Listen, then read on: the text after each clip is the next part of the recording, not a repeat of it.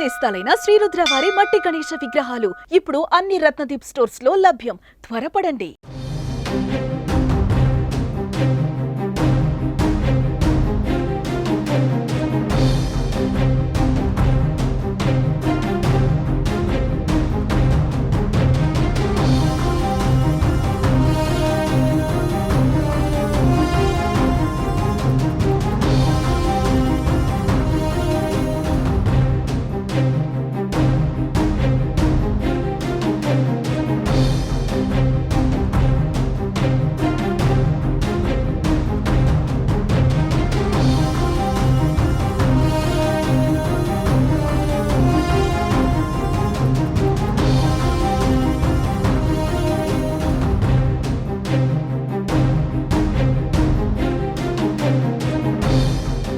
YCP అధినేత AP మాజీ CM YS Jagan London పర్యటన వాయిదా పడింది. కుటుంబ సభ్యులతో కలిసి లండన్ వెళ్లేందుకు ఆయన సిద్ధమయ్యారు. అయితే ఈ పర్యటన వాయిదా పడింది. జగన్ కు పాస్పోర్ట్ కష్టాలు ఎదురయ్యాయి.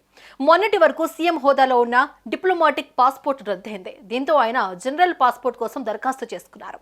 ఈ వ్యవహారంపై జగన్ విజయవాడ ప్రజాప్రతినిధుల కోర్టులో పిటిషన్ దాఖలు చేశారు. కోర్టు విచారణ జరిపి ఏడాదికి పాస్పోర్ట్ ఇవ్వాలని ఆదేశాలు జారీ చేసింది. విజయవాడ ప్రజాప్రతినిధుల కోర్టు తీర్పుపై జగన్ మళ్లీ హైకోర్టును ఆశ్రయించారు. తనకు 5 ఏళ్ల పాటు పాస్పోర్ట్ ఇచ్చేలా చూడాలంటూ ఏపీ హైకోర్టులో లంచ్ మోషన్ పిటిషన్ దాఖలు చేశారు.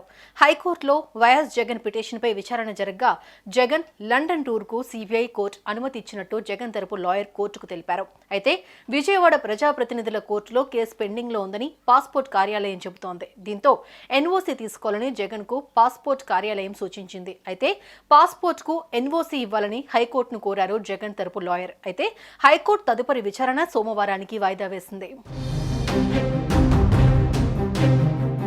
ఈ పిటిషన్పై విచారణను కోర్టు సోమవారానికి వాయిదా వేయడంతో జగన్ లండన్ ప్రయాణం వాయిదా పడినట్లయింది.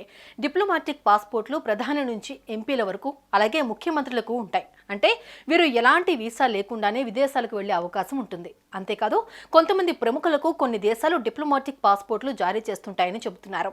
వైఎస్ జగన్ ఆస్తుల కేసులు సిబిఐ, ఈడీ కోర్టులో విచారణ జరుగుతున్నాయి. అయితే జగన్ విదేశాలకు వెళ్లాలంటే కోర్టుల నుంచి అనుమతి తీసుకోవాల్సి ఉంటుంది.